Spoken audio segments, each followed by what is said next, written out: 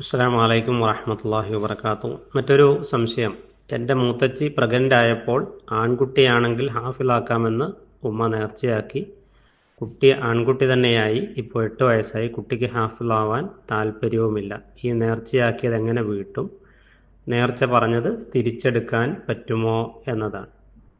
ഇവിടെ ചോദിച്ചിട്ടുള്ള വിഷയം നേർച്ചയുടെ പൂർത്തീകരണവുമായി ബന്ധപ്പെട്ടുകൊണ്ടാണ്. വൽ യൂഫൂ നുദൂറഹും, ഖുർആനിൽ അല്ലാഹു സുബ്ഹാനഹു വ തആല പറയുന്നുണ്ട്, അവരവരുടെ നേർച്ചകളെ പൂർത്തീകരിക്കട്ടെ. അപ്പം വിശുദ്ധ ഖുർആനിൽ നേർച്ചയുടെ പല രൂപങ്ങളും കാണാൻ സാധിക്കും. ഐച്ഛികമായ കാര്യങ്ങൾ അഥവാ സുന്നത്തായ കാര്യങ്ങളാണ് നമുക്ക് നേർച്ചയാക്കാൻ പറ്റുക. അങ്ങനെ നേർച്ചയാക്കി കഴിഞ്ഞാൽ ശപഥം ചെയ്യുക, ഉറപ്പിക്കുക. അപ്പം അങ്ങനെ ചെയ്തു കഴിഞ്ഞാൽ പിന്നെ അത് നിർബന്ധമായി. ഇപ്പം മറിയം ബീവി റളിയല്ലാഹു അൻഹയുടെ മാതാവ് ഹന്ന തനിക്കൊരു കുഞ്ഞ് പിറക്കുമ്പോൾ തൻ്റെ വയറ്റിലുള്ള കുഞ്ഞ് മസ്ജിദുൽ അഖ്സയുടെ പരിപാലനത്തിന് വേണ്ടി ഏൽപ്പിക്കും എന്ന് നേർച്ചയാക്കി. കുഞ്ഞ് ജനിച്ചപ്പോൾ റബ്ബേ പെണ്ണായല്ലോ, കാരണം പൊതുവെ ആൺമക്കളാണല്ലോ അതിന് ഏറ്റവും അഭികാമ്യമായിട്ടുള്ളത്. പക്ഷേ പെണ്ണായിട്ട് പോലും മസ്ജിദുൽ അഖ്സയുടെ പരിപാലനത്തിന് വേണ്ടി എന്ത് ചെയ്യുന്നു? അവർ ആ നേർച്ചയാക്കിയത് അവർ പൂർത്തീകരിക്കുന്നു. അവിടെ പിന്നീട് പള്ളിയിൽ സ്വകാര്യമായി അവർക്ക് താമസിക്കാനുള്ള സൗകര്യങ്ങളൊക്കെ സക്കരിയ നബി അലൈഹിസ്സലാം അവരുടെ സംരക്ഷണം ഏറ്റെടുക്കുകയും ഒരുക്കി കൊടുക്കുകയും ചെയ്യുന്നു. അപ്പം നേർച്ച ചെയ്താൽ അത് പൂർത്തീകരിക്കുക എന്നുള്ളത് വിശ്വാസികളുടെ ബാധ്യതയാണ്. ഇവിടെ റസൂലുള്ളാഹി സ്വല്ലല്ലാഹു അലൈഹി വസല്ലം പറയുന്നുണ്ട്, ആയിഷ ബീവി റളിയല്ലാഹു അൻഹ ഉദ്ധരിച്ചുള്ള ഒരു ഹദീസിൽ ഇമാം ബുഖാരി റഹ്മഹുല്ലാഹ് തൻ്റെ സ്വഹീഹിൽ റിപ്പോർട്ട് ചെയ്തിട്ടുള്ളതാണ്.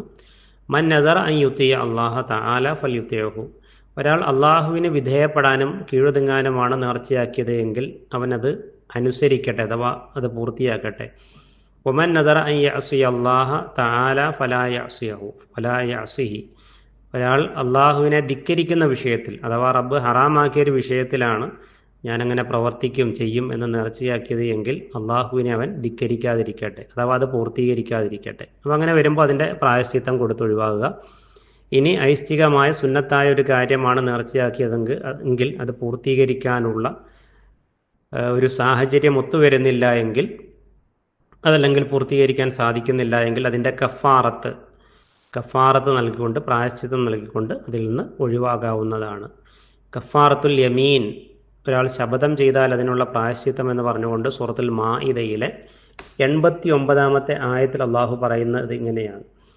അവിടെ ആദ്യത്തിൽ ചില കാര്യങ്ങൾ സൂചിപ്പിക്കുന്നുണ്ട്. അതിനുശേഷം ഫകഫാറത്തുഹു ഇത്ആമു അശറതി മസാകീൻ മിൻ ഔസതി മാ തുത്ഇമൂന അഹ്ലീക്കും ഔ കിസ്വതുഹും ഔ തഹ്രീറു റഖബ, 3 കാര്യങ്ങളാണ് പറയുന്നത്. അങ്ങനെ പൂർത്തീകരിക്കാൻ പറ്റുന്നില്ലെങ്കിൽ 10 പാവങ്ങളായ മിസ്കീനുകളായ ആളുകൾക്ക് ഭക്ഷണം നൽകുക, അവരെ ഭക്ഷിപ്പിക്കുക എന്നുള്ളതാണ്.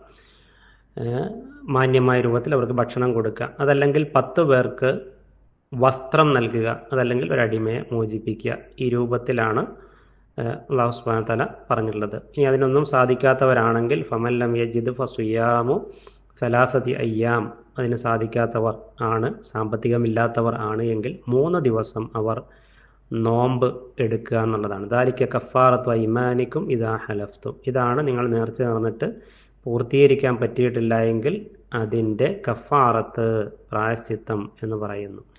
അപ്പം അങ്ങനെ സാധിക്കുമെങ്കിൽ പരമാവധി പൂർത്തീകരിക്കുകയാണ് ചെയ്യേണ്ടത്. പറ്റുന്നില്ല എങ്കിൽ ഈ കഫാറത്ത് നൽകി അതിൽ നിന്ന് ഒഴിവാകാവുന്നതാണ്.